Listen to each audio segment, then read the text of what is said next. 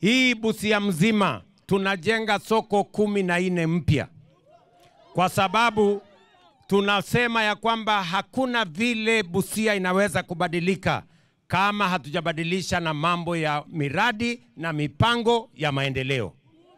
Ni kweli ama si kweli?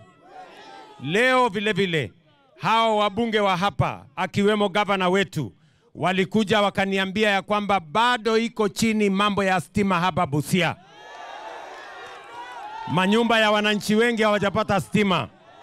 Si ni kweli?